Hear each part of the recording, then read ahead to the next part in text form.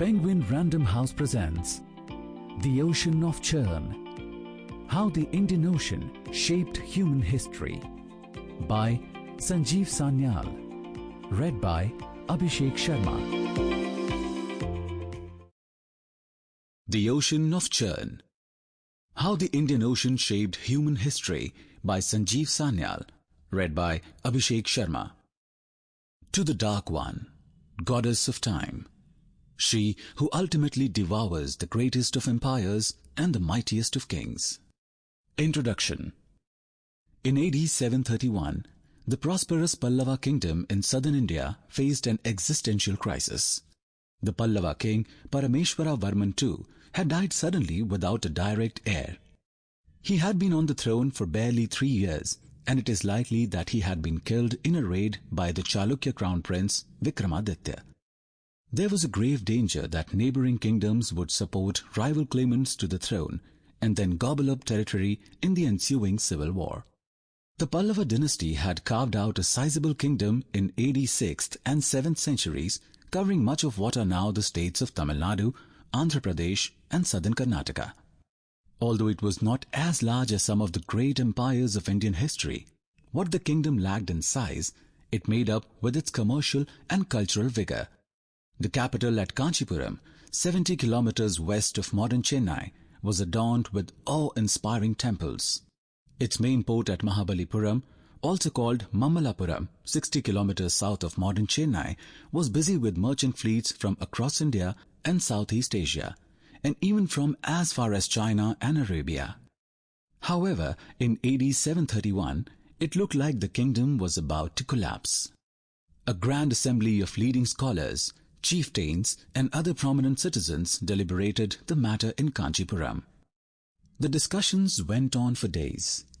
In the end, it was decided that the best option was to reach out to a collateral branch of the dynasty that had survived in a distant land. 5 generations earlier, a young prince called Bhima, younger brother of the great Pallava king Simhavishnu, had gone to a distant kingdom, married a local princess and become its ruler. The Grand Assembly now hoped that they would be able to persuade one of Bhima's descendants to come and wear the Pallava crown. A delegation of Brahmin scholars was prepared and must have hurried to Mahabalipuram in time to catch the turning monsoon winds. We are told that the delegation then undertook a long and arduous journey crossing rivers, jungles, mountains and deep seas to reach the court of Bhima's descendant Hiranyavarman. There, the envoys put forward their proposal. It so happened that Hiranyavarman had 4 sons, and each of them was asked in turn if he was interested in taking the crown. The first 3 refused, daunted perhaps by the idea of a perilous journey and an uncertain future in a far-off kingdom. The youngest prince, however, took up the offer. He was barely 12 years old.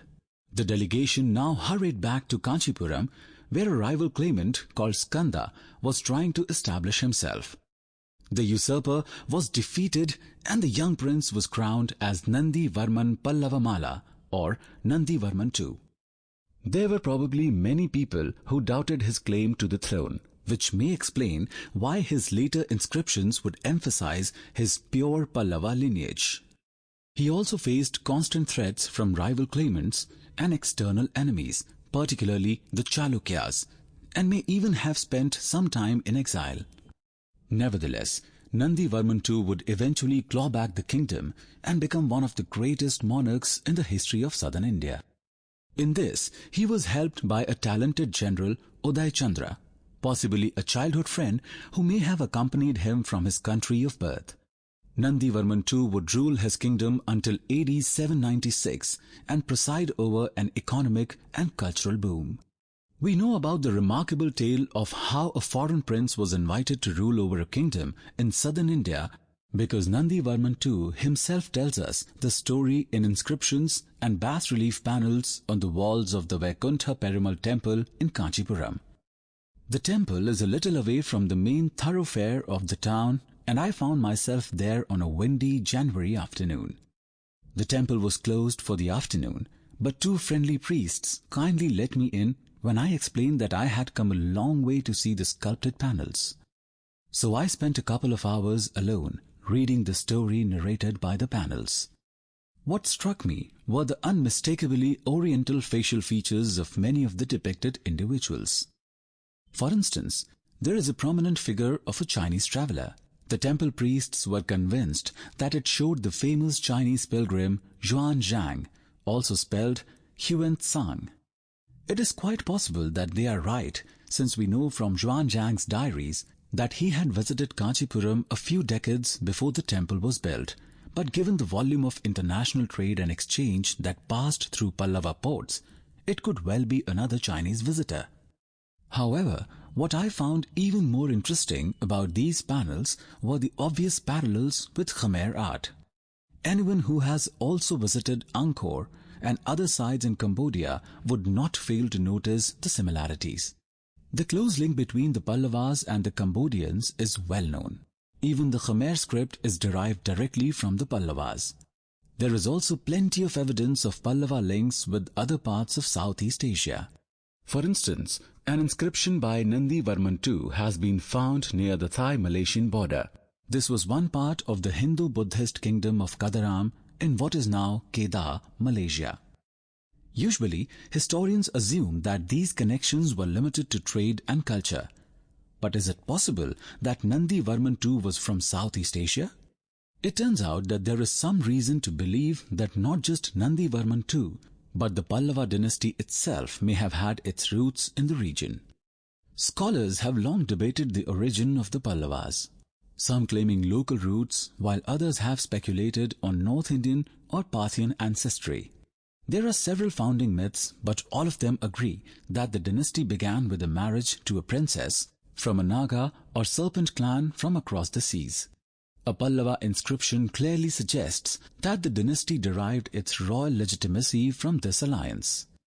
While scholars have spent a lot of effort trying to speculate on the patrilineal origins of the dynasty, the Pallavas themselves seem to have placed greater emphasis on this matrilineal link to Naga royals.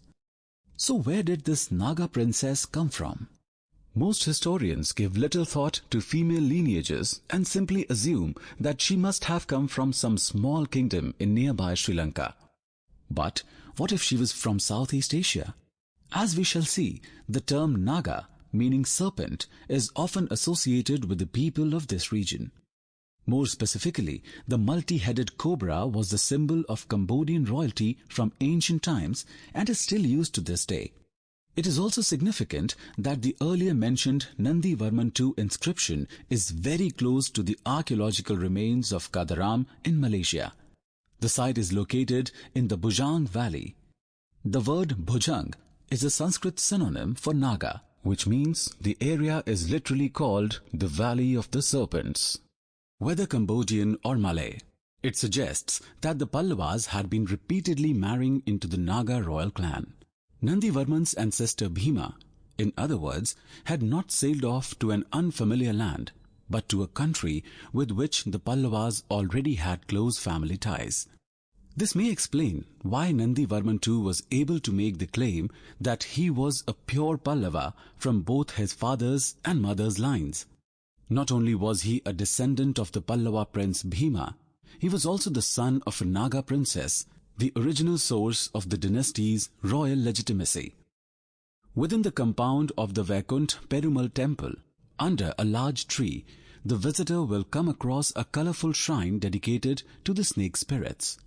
These are not uncommon in parts of India, but it takes on a special meaning when seen in the context of a temple built by Nandi Varman II. The story of Nandi Varman II is intriguing in many ways. At one level, it is about the extraordinary life of a 12-year-old prince who is unexpectedly invited to rule a faraway kingdom and somehow succeeds against the odds. At another level, it is about the Indian Ocean, the churn of people, goods and ideas along its shores that have defined human history from the very beginning. The influence of Indian civilization on Southeast Asia is obvious to anyone who has traveled around the region, and it is increasingly well documented. The impact that Southeast Asia had on cultural and historical events in India is less appreciated. Sample complete. Ready to continue?